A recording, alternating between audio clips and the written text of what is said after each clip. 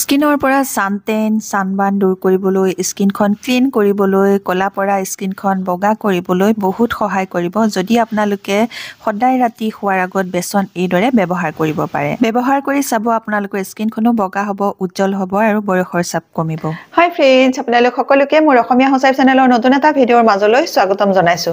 বৰ্তমান গৰমৰ সিজন আহিবলৈ ধৰিছে এই গৰমৰ সিজন অহাৰ লগে লগে আপোনালোকৰ স্কিনখনৰ যত্ন কেনে ধৰণে কৰিব তাৰ কাৰণে মই আজি খুব বঢ়িয়া এটা ভিডিঅ' লৈ আহিছো এই গৰমৰ সিজনত আমাৰ স্কিনখন ৰ'দতে কলা পৰে স্কিনখনৰ উজ্জ্বলতা নোহোৱা হৈ যায় ঘামি জামি আমাৰ স্কিনখনৰ অৱস্থা একেবাৰে বেয়া হয় এনে সময়ত আপোনালোকে স্কিনখন কেনে ধৰণে ঘৰুৱাভাৱে যত্ন কৰিলে ভালকৈ ৰাখিব পাৰিব তাৰ কাৰণে আজি মই খুব বঢ়িয়া এটা ভিডিঅ' লৈ আহিছো আজি এই ভিডিঅ'টোত মই আপোনালোকক খুব বঢ়িয়া এটা বেচনৰ ফেচ পেক দেখুৱাম যিটো বেচনৰ ফেচ পেকে আপোনালোকৰ স্কিনখন উজ্জ্বল কৰিবলৈ সহায় কৰিব যদি ৰ'দতে আপোনালোকৰ স্কিনখন কলা পৰি যায় সেই কলা পৰা স্কিনখন বগা কৰিবলৈ সহায় কৰিব আৰু আপোনালোকৰ স্কিনখনত সোনকালে বলি ৰেখা নপৰিব বয়সৰ চাপ নাহিব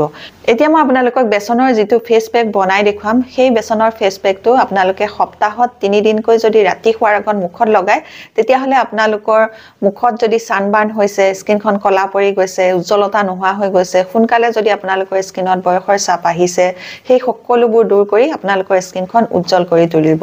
তে আহক এতিয়া মই আপোনালোকক এই বেচনৰ ফেচ পেকটো বনাই দেখুৱাম আৰু বনাই দেখুৱাৰ আগতে আপোনালোকলৈ এটা ৰিকুৱেষ্ট আছিলে আপোনালোকে যদি মোৰ এই ফেচ পেকটো ভাল পায় তেতিয়া হলে মোৰ ভিডিঅ'টোত এটা লাইক কৰিব মোৰ চেনেলটো আপোনালোকে সাবস্ক্ৰাইব কৰি ল'ব ওচৰতে থকা বেল আইকনটো আপোনালোকে প্ৰেছ কৰি দিব তেতিয়া মই আহিবলগীয়া সকলোবোৰ ভিডিঅ' নটিফিকেশন আপোনালোকলৈ সোনকালে যাব আৰু আপোনালোকে সোনকালে মোৰ ভিডিঅ'বোৰ চাই থাকিবলৈ পাব এতিয়া মই এই বেচনৰ ফেচ পেকটো বনাবৰ কাৰণে প্ৰথমে লম বেচন এচামুচৰ জোখাৰে লম এচামুচৰ জোখাৰে বেচন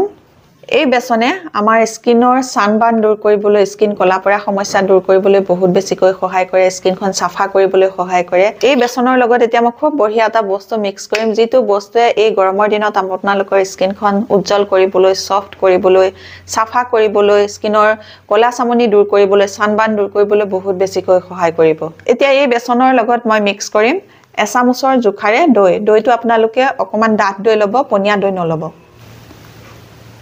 দুইবিধ বস্তু এয়া মিক্স কৰি ললো এচামুচ বেচনত মই 1.5 চামুচ মানৰ জোখাৰে দৈ লৈছো গৰমৰ দিনত স্কিনৰ কাৰণে বেচন আৰু দৈ ফেচ পেক বহুত বেছি ভাল হয় আপোনালোকে লগাই চাব প্ৰমাণ পাব এতিয়া মই এই বেচন আৰু দৈৰ লগত মিক্স কৰিম অকনমান মুলতানী মিট্টি আমাৰ স্কিনখন সাফা কৰিবলৈ সহায় কৰে যদি সানবাৰ্ণ হৈছে সানবাৰ্ণ দূৰ কৰিবলৈ সহায় কৰে গৰমত আমাৰ সকলোৱে স্কিন অইলি হয় এই অইলৰ সমস্যাটো দূৰ কৰিবলৈ এই মুলতানী মিট্টিয়ে সহায় কৰিব এতিয়া মই মুলতানী মিট্টি ইয়াতে আধা চামুচৰ জোখাৰে মিক্স কৰিম এয়া আধা চামুচৰ জোখাৰে মই মুলতানী মিট্টি ললো দৈ বেচন আৰু মুলতানী মিট্টিৰ লগত এতিয়া মই মিক্স কৰিম অকনমান এলোভেৰা জেল আধা চামুচৰ জোখাৰে মই ইয়াতে এয়া এলোভেৰা জেল লৈ ললো এলোভেৰা জেলে আমাৰ স্কিনখন উজ্জ্বল কৰিবলৈ সহায় কৰে সানবাৰ্ণ দূৰ কৰিবলৈ সহায় কৰে স্কিনখনত যদি কলা চামনি পৰিছে সেই কলা চামনি দূৰ কৰিবলৈ সহায় কৰিব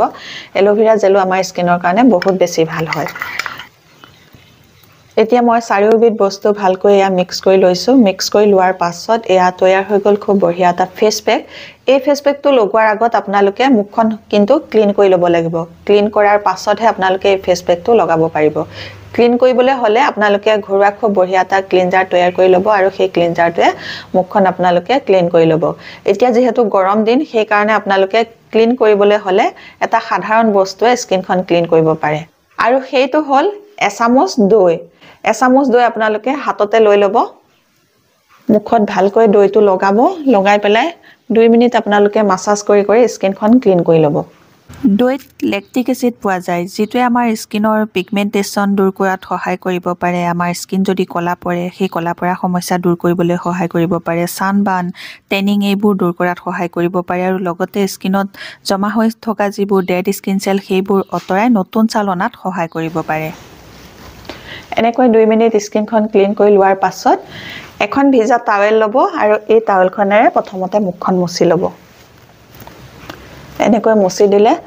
মাসাজ কৰোতে যিবোৰ লেতেৰা ওলালে সেই লেতেৰাবোৰ সাফা হৈ যাব তাৰ পাছত আপোনালোকে ফেচ পেকটো লগাব পাৰিব আৰু মুখখন মুছি লোৱাৰ পাছত আপোনালোকে এই ফেচ পেকটো লগাব এই ফেচ পেকটো যেতিয়া আপোনালোকে মুখত প্ৰথমতে লগাব প্ৰথম তৰপটো আপোনালোকে পাতলকৈ এটা তৰপ লগাই ল'ব ফেচ পেকটো লগাই লোৱাৰ পাছত আপোনালোকে 4-5 মিনিট স্কিনখন ভালকৈ মাসাজ কৰি দিব আৰু স্কিনখন যিমানে ভালকৈ মাসাজ কৰিব সিমানে আপোনালোকৰ স্কিনখনত ব্লাড সাৰ্কুলেশন হ'ব আৰু ব্লাড সাৰ্কুলেশন হৈ থাকিলে স্কিনখন টাইট হৈ থাকিব স্কিনত সোনকালে বলি ৰেখা নপৰিব আৰু আপোনালোকৰ স্কিনত যদি ডেড স্কিন সেল বা মিট'ছালবোৰ জমা হৈ আছে স্কিনৰ উজ্জ্বলতা যদি নাইকিয়া হৈ গৈছে তেতিয়া হলে সেইবোৰ দূৰ হ'বলৈ সহায় হ'ব আৰু স্কিনত খুব ধুনীয়া এটা উজ্জ্বলতাও আহিব চকুৰ কাষত যদি আপোনালোকৰ ডাৰ্ক সাৰ্কুল আছে তেতিয়া হলে ফেচ পেকটো লগাই ভালকৈ মাসাজ কৰি দিব 4-5 মিনিট মাসাজ কৰি লোৱাৰ পাছত ফেচ পেকটো আকৌ এটা ডাঠ পলেট ওপৰত লগাই দিব দি পেলাই আপোনালোকে 10 মিনিট ৰাখিব 10 মিনিটৰ পাছত আপোনালোকে ঠাণ্ডা পানীৰে মুখখন ধুই দিব মুখখন ধোৱাৰ পাছত আপোনালোকে অকনমান নাৰিকল তেল অকনমান এল'ভেৰা জেল অকনমান তাতে ভিটামিন ই কেপচুল মিলাই মুখত লগাই ৰাতি শুই থাকিব এনেদৰে আপোনালোকে স্কিন কেয়াৰ কৰিলে আপোনালোকৰ স্কিনখন টাইট হৈ থাকিব সোনকালে বলি ৰেখা নপৰিব আৰু স্কিনত যদি কলা দাগ পৰিছে বা কলা চামনি পৰিছে সানবাৰ্ন হৈছে স্কিনৰ উজ্জ্বলতা নাইকিয়া হৈ গৈছে এই সকলোবোৰ দূৰ হৈ আপোনালোকৰ স্কিনখন উজ্জ্বল হৈ পৰিব আৰু আপোনালোকৰ স্কিনখন বহুত বয়সলৈ ভালে থাকিব